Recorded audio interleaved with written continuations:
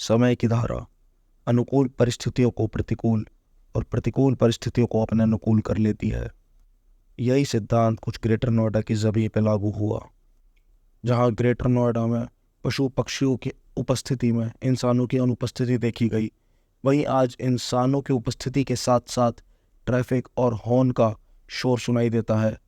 हाँ, सामान्यतः यह बाकी सभी सिटीज़ से कम है, लेकिन खुद ही ग्रेटर नोएडा अगर अपने आप से कंपेयर करे तो आज की तारीख में ग्रेटर नोएडा में पहले के मुकाबले काफ़ी ट्रैफिक और शोर सुनाई देता है। और यह शोर भी सिर्फ परी चौक तक ही सीमित है। परी चौक के बाद आगे यह सिटी आपको ऐसा अनुभव कराएगी जैसे आप बाकी दुनिया से कहीं अलग आगे बस गए हो। कोरोना काल के बाद घर खरीदने के चयन में बहुत बड़ा बदलाव आया। लोगों ने घर खरीदने की अपनी योजना पे काम किया। योजना ऐसी जिसमें हर किसी की पसंद एक इंडिपेंडेंट हाउस थी। इंडिपेंडेंट हाउस ऐसा जहाँ शहरीकरण का अभाव ना हो, सभी सुख सुविधाओं से लैस जगह हो और यह सब उसे प्रकृति की गोद में रहते हुए मिले। इस तरह की योजना को अंजाम देने के लिए सबकी नजरों में ग्रेटर नोएडा सिटी हाईलाइट हुई, जिसके तहत ग्रेटर नोएडा में एंड यूजर्स का फुटफॉल बढ़ा और उसी के चलते ग्रेटर नोएडा में रेट आसमान छूने लगे। जो प्रक्रिया अब तक निरंतर चलती जा रही है। बहुत से ऐसे खरीदार जिनकी पसंदीदा सिटी ग्रेटर नोएडा थी, वह ग्रेटर नोएडा को बहुत अच्छे से घूमने के बाद, भ्रमण करने के बाद अंत में ग्रेटर नोएडा से यह कह के एग्जिट करके गए कि अब ग्रेटर नोएडा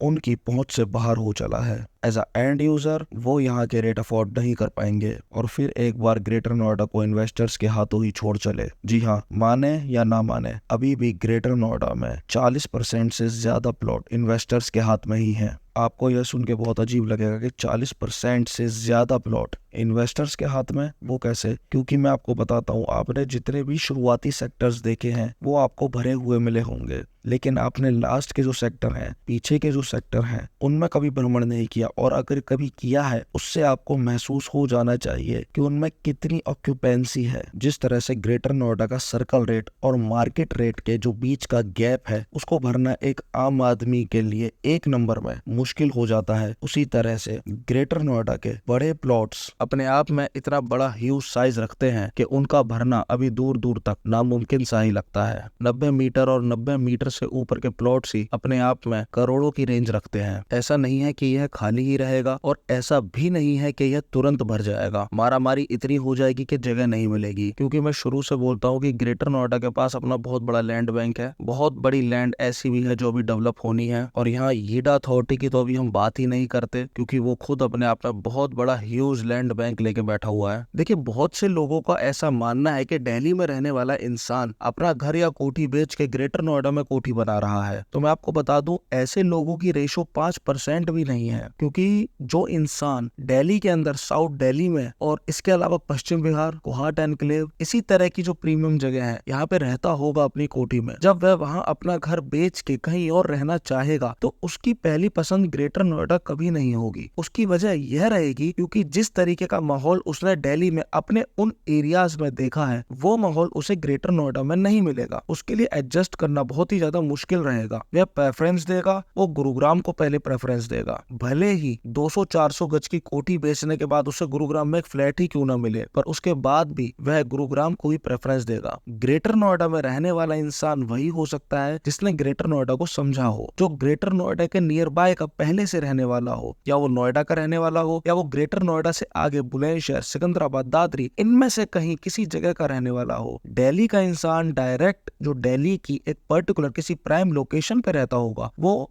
एकदम से ग्रेटर नोएडा की तरफ मूव ऑन नहीं करेगा। उसकी वजह यह नहीं कि ग्रेटर नोएडा सिटी खराब है, नहीं, ग्रेटर नोएडा सिटी में कोई कमी नहीं है। वजह यह है, और उसकी वजह सिर्फ ये है कि ग्रेटर नोएडा एक शांत सिटी है। और मेरा यकीन मानिएगा, ग्रेटर नोएडा अपने आप में इतनी शांत सिटी है कि अगर आप अपना पूरे दिन का सारा काम भी खत्म कर लेते हैं तो भी उसके बाद आपके पास एक्स्ट्रा काम, एक्टिविटी करने के लिए समय निकलता ही है। देखिए, अगर आपको शांत माहौल में प्रकृति के बीचों बीच सिटी की एक बेसिक लाइफ, बेसिक नीड्स का अनुभव लेना है तो ग्रेटर नोएडा शहर आपके लिए बहुत ही बढ़िया साबित हो सकता है। देखिए, चीप एंड बेस्ट सब जगह नहीं मिलता, दोनों एक साथ नहीं मिलता, और अगर मिलता है तो उसमें कुछ खराबी होती है। जैसे दिल्ली में हरा नहीं मिलता, भरा मिलता है, सेम उसी तरीके से ग्रेटर नोएडा में हरा बहुत मिलेगा पर भरा नहीं मिलेगा या ना के बराबर मिलेगा। और आपको हरा और भरा दोनों चाहिए तो वो जगह फिर ऐसी मिलेगी कि जहाँ पे आपको कुछ ना कुछ दूसरे नुकसान जरूर देखने को मिलेंगे। तो ज्यादा सोचने की जरूरत नहीं है। अगर आपका माहौल ग्रेटर नोएडा को एडजस्ट करने लायक है, आपको लगता है कि हाँ ग्रेटर नोएडा के माहौल को आप एडजस्ट कर सकते हैं,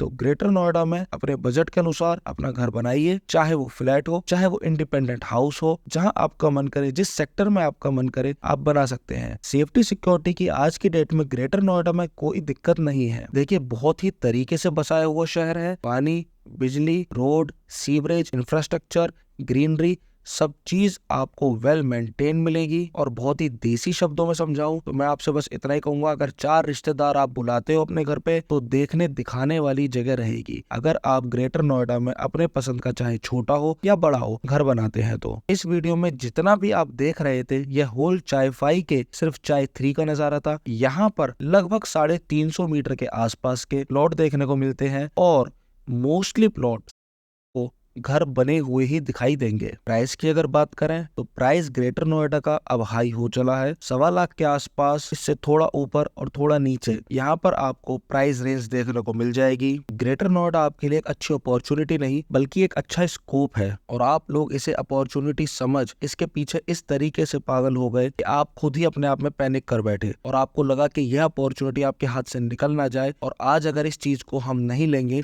तो कल इसके रेट इतने ज्यादा हाई हो जाएंगे कि हम ले ही नहीं पाएंगे। मैं आपको बता दूं इतने हाई रेट्स भी ये सब आप ही के बनाए हुए हैं और आपके क्या ये सब दिल्ली वालों के बनाए हुए हैं। ज्यादातर जो फुटफॉल हुआ है वो दिल्ली के लोगों का हुआ है। दिल्ली के आप मान के चलिए 100 लोग अगर किसी चीज को देखने आए हैं तो उसमें से 5 लोगों ने डील क्लोज नहीं की होगी, 5 लोगों ने घर नहीं खरीदा होगा। लेकिन दिल्ली वालों ने इतना कॉन्फिडेंस बूस्ट जरूर कर दिया यहाँ के डीलर और ब्रोकर का कि उन्हें यह पता है कि इस प्लॉट पे अगर मैं टोकन मनी देके इसे रोक के रखूंगा तो कोई ना कोई कभी ना कभी से खरीद ही लेगा मेरे टाइम पीरियड के अंदर अंदर। तो दिल्ली वालों का बहुत ही अहम योगदान है ग्रेटर नोएडा की प्रॉपर्टी के रेट बूस्ट करने का। इस चीज को आप माने या ना माने पर यही सत्य है। और दूसरा सत्य यह भी है कि ग्रेटर नोएडा अपने आप में बहुत ही प्यारी सिटी है। आज की डेट में जो भी रेट ग्रेटर नोएडा में है, चाहे वो किसी भी कारणवश चलते रहे या किसी भी कारणवश वह रेट पहुंचे हो, लेकिन ग्रेटर नोएडा जो सिटी है, जिस तरीके की प्लांट सिटी है तैयार हुई है और जिस तरीके की फैसिलिटी ग्रेटर नोएडा की अथॉरिटी आपको प्रोवाइड करा रही है, यह रेट ग्रेटर नोएडा डिजर्व करता है।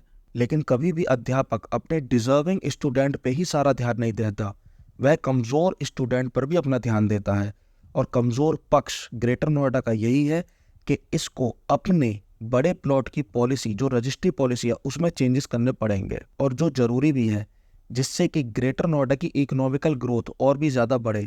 जो आज की डेट में सेंटर ऑफ ग्रेटर नोएडा जो परी चौक के पास की है वहां की ना के बराबर है या बहुत ही कम मानो।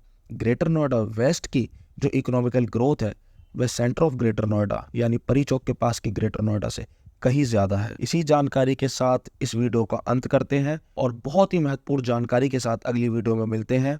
आपका दिन शुभ हो। धन्यवाद।